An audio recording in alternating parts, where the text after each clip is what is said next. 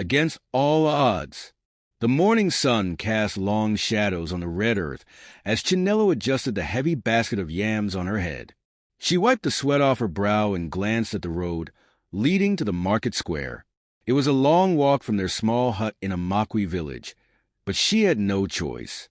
Since her father's death, she had become the family's only hope. "Chinello, my daughter, you must be careful," her mother had warned that morning, worry creasing her aging face.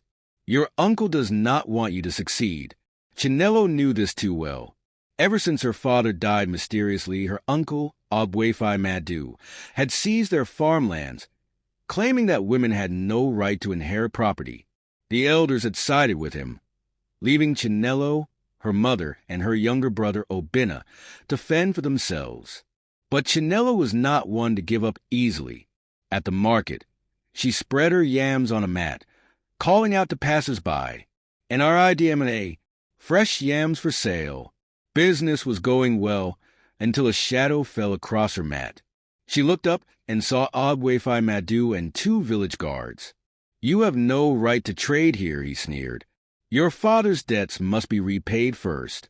Before she could protest, the guards overturned her yams, scattering them in the dust.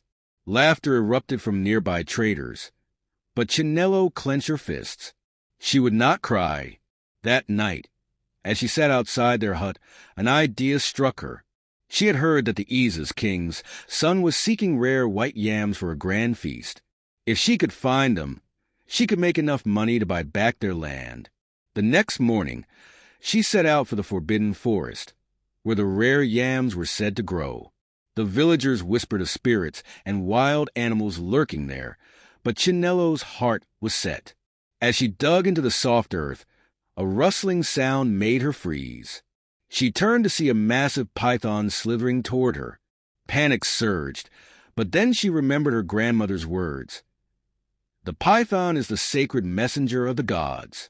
Do not harm it. Show respect." Swallowing her fear, she bowed low and whispered, "Great Spirit of the land, I mean no harm." The python stopped, flicked its tongue, and then, as if satisfied, slithered away. With a pounding heart, Chinello continued digging until she unearthed the prized white yams.